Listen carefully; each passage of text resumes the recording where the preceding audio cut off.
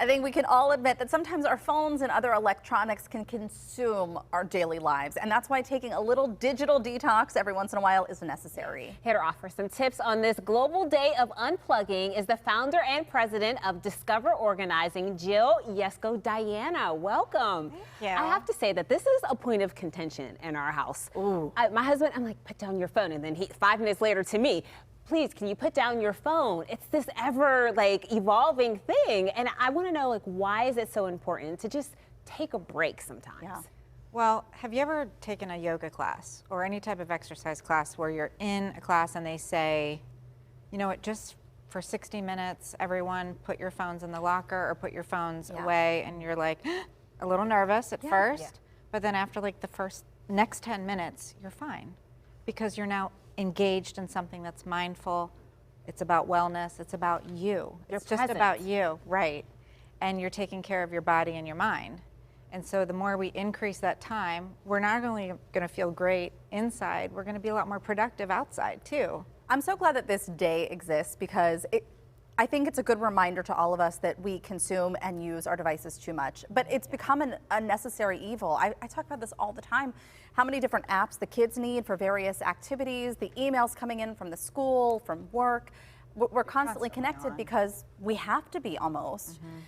So I'm glad that this reminder exists, but how do we even start to reel that back when we know that we have to be in constant communication now? Well, you know, one of the things I say is just like with any habit, you kind of want to bundle it, you know, with something else that you're doing. So if you want to wash dishes for 15 minutes, put your phone away. That's something I'm going to do hands-free, phone-free. Something small, like 5 minutes, 10 minutes. It would be hard to wash dishes while you're holding your phone. People put their headphones in and will still prop it up on a windowsill and watch their phones. Talk into it because they need to be constantly on and reacting. And that's what I worry about, is that reactionism. So one of your other tips is to use the focus settings on your device too. I know that sounds counterintuitive to say, hey, let's use our phones to not use our phones. Not use our phones. However, they have really come a long way in terms of helping us to focus. So you can use a couple of settings other than the do not disturb, simple do not disturb, you know, that little crescent moon symbol. You can use the focus for productivity for work as well as personal. You need some downtime. Just getting, you know, you're getting a massage or you're just taking a walk. Turn that on so that you're not bothered during your me time. That's right. Yeah, I hate to look at my phone and see the actual screen time that I've used that week. It's very sobering. Yeah. All right, so you also mentioned using an analog timer while performing tasks. Tell us about that. So a lot of us use our phones for timers. I've been guilty of doing the same thing. So what I use is my stovetop or oven timer, or I use an old-fashioned egg timer. Oh, you have that new in the Mikey Minute. You have your little sand hourglass. I can use that. You can go back to those days. I don't care. Anything that's analog is better. Some of your other tips include engaging in a phone-free physical activity. You talked about that with some yoga and stuff. And avoid screen swapping. What does that mean? So that means, I think I'm guilty. yeah, we all are. We all are. So I've seen a lot of people say, I'm not connected at all, but we're wearing our smartwatches and we're texting on our smartwatches or taking calls on our smartwatches. But we're also going into our iPads or other tablets as well as computer screens and watching Netflix, but we're unplugging from our phone. So you're still doing the same. You're still doing some, and I'm not against screen time. I'm really not, but I think anything in moderation is good. We're setting screen time limits for our kids, and yet we're not abiding by the same rules. I was going to say, is it working?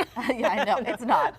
What other services do you offer through Discover Organizing? Well, other than just simple decluttering, a lot of people associate organizing with simply decluttering, but we do offer a lot of time management and organizing, you know, organizing your time, but also being more productive in your day. So we do some coaching. Do you organize pictures in people's phones? Like I have, I don't know, thousands and thousands. We've talked about this I need help with that. Yeah. Finding a digital organizer, I think is. That's what we specialize in. Get out. Yes. Yeah. That's Here you go. Smell a segment. Okay. I smell a segment. We have so many apps we recommend to you. Just one. We always say pick one that we can help you declutter all of your duplicates and stuff. But also we collect all your pictures from your house. If you're my age, I have pictures printed. I've got memorabilia. I've got old albums, and I have tablets. I've got those SD cards that are so tiny that we lose all the time. Yeah.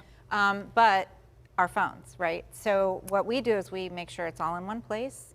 we save it to the cloud, and then we put it onto Like a hard drive or something. we put it, yeah, we do that, and we put it on your digital frame so you can enjoy them all year round. I We make love playlists this. of photos, and then we make photo albums. I'm so serious. Keep my phone. Okay, Yeah, right. I Work got it. on that. It's going to take you some time. You're, Got it. you're unplugging, giving it Yes, to somebody I else to am. plug in. You got it. Thank Take care you of so it. much. This is wonderful. And for more information on Discover Organizing, you can head to our website, kdka.com/talkpittsburgh.